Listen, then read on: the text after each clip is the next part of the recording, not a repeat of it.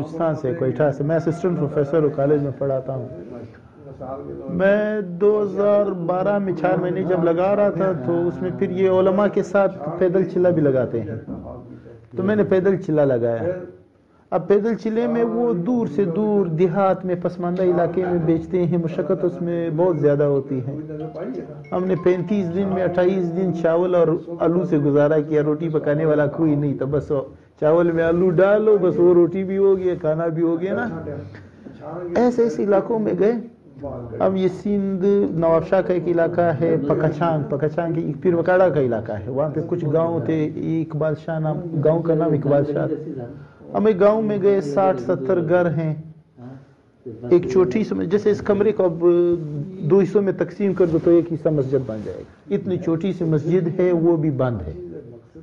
پورے گاؤں میں 60-70 گھروں میں ایک آدمی کو نماز پڑھنی آتی ہے، پڑھتا وہ بھی نہیں ہے لیکن آتی ہے، اور ایک دوسرا آدمی اس کو آدھی نماز آتی ہے. باقی پورے گاؤں کو کچھ بھی نہیں آتا ہے مسلمان. تو ہم نے 3 دن گشتیں کی. وہ جن کو آدھی نماز آتی تھی ان کو پوری سکھا دی، وہ جو نماز نہیں پڑھتا تو اس کو نماز وہ کیا. اس سے روزے میں ہم لوگ روزانہ 4-4 5-5 نماز، ہر نماز 4-5 دفعہ پڑھتے تھے. مطلب صبح کی نماز پڑھی، ایک آدمی پھر آ گیا. اب اس کو یہ نہیں پتا کہ نیت کیسے کرتے ہیں، ہاتھ کیسے باندھتے ہیں. تو امیر صاحب کبھی مجھے کسی دوسرے ساتھی کے جاؤ ان کو نماز پڑھاؤ، پھر ہم اس کے لیے دوبارہ نیت کر دیتے تھے نا. بس وہ ہمیں دے کر وہ نیت کرتا تھا، پڑھتا تھا. تو کبھی 2 نمازیں، کبھی 3 نمازیں، ہر نماز ایسی ہو جاتی. خیر 3 دن ہم نے کام کیا، ہم آگے چلے گئے. یہاں پہ میں نے امیر صاحب کو ایک بات کی. میں نے کہا تو بلوچستان میں اپنی مسجدوں کو دیکھتے ہیں، اس میں 5-6 کچھ نمازی ہوتے ہیں. ہم اسلامی انقلاب لائیں گے، اسلامی نظام لائیں گے. اسلامی انقلاب کہاں سے آئے گا، نظام کہاں سے آئے گا؟ مطلب اب بلوچستان اور خیبر پختونخوا کی آبادی کو نکالے، پاکستان کے 20% آبادی بھی نہیں بنتی. 80% آبادی تو سندھ اور پنجاب ہے، اور سندھ اور پنجاب کا یہ حال ہے. میں نے کہا ذرا تصور کر لیں، تبلیغ کا وہ جو دنیا کے سب سے زیادہ مدارس ہے وہ پاکستان میں ہے، جو سب سے بہترین مدارس ہے وہ پاکستان میں ہے، جو سب سے زیادہ علماء ہے وہ پاکستان میں ہے، وہ جو تبلیغ کا عالمی مرکز رائیونڈ ہے وہ پاکستان میں ہے. ہر سال یہاں پہ عالمی اجتماع ہوتا ہے. یہاں پہ ہر سال لاکھوں لوگ تبلیغ میں وقت لگاتے ہیں. جتنے بھی لوگ رائیونڈ آتے ہیں، اب یوں سمجھ لیں کہ اس کے 80% جماعتیں جو ہیں وہ سندھ اور پنجاب میں استعمال ہو جاتی ہیں. اس کے باوجود یہاں پہ جہالت کا یہ حال ہے کہ 60-70 گاؤں میں ایک آدمی کو صرف نماز پڑھنی آتی ہے، پڑھتا وہ بھی نہیں ہے. صحیح ہے.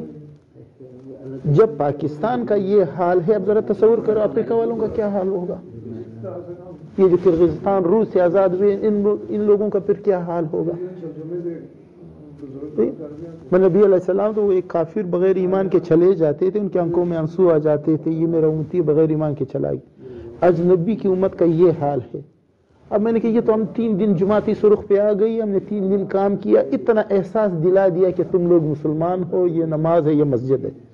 اب پتہ نہیں اگلا تبلیغ کا جماعتی سرخ پہ کب آ جائے، سال بعد آ جائے، 2 سال بعد آ جائے. ان لوگوں کی ایمان کا کیا ہوگا؟ جب نماز کا یہ حال ہے، باقی دن کا کیا حال ہوگا. صحیح. اس دن مجھے حقیقت میں پتہ چلا کہ یہ تبلیغ والے کتنے عظیم محنت کر رہے ہیں. تو بھئی یہ ہم سب کی ذمہ داری ہے. صحیح ہے.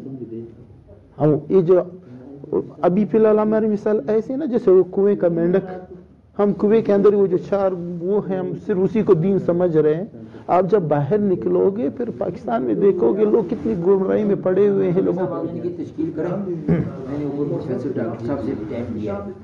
تو آپ ارادہ کر لیں. صحیح ہے. بھائی صاحب کرغزستان سے 4 مہینے کے لیے آئے ہوئے ہیں، تقریباً 600 ساتھی کرغزستان کے ساتھ رہے ہیں.